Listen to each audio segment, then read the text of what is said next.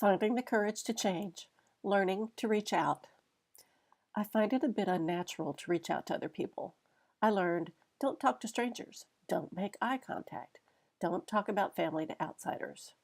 It's true that there are a lot of dangerous people out in the world and that we need to be careful. But sometimes our family members are not safe either. They may hurt us, blame us, shame us, abandon us. We try to make friends outside of our families, but we tend to choose people just like our family.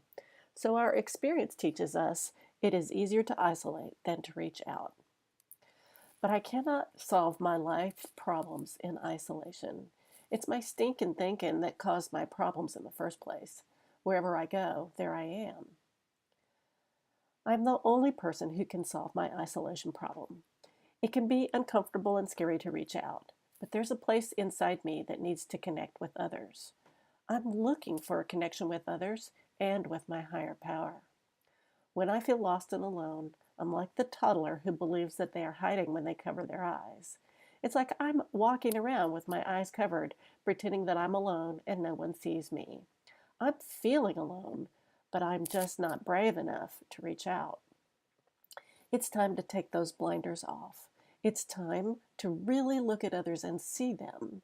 It's time to develop a new tribe of safe people to connect with. I will commit to building new habits of connecting. I will learn to take a chance on a little vulnerability. We are never alone. We are all in this together.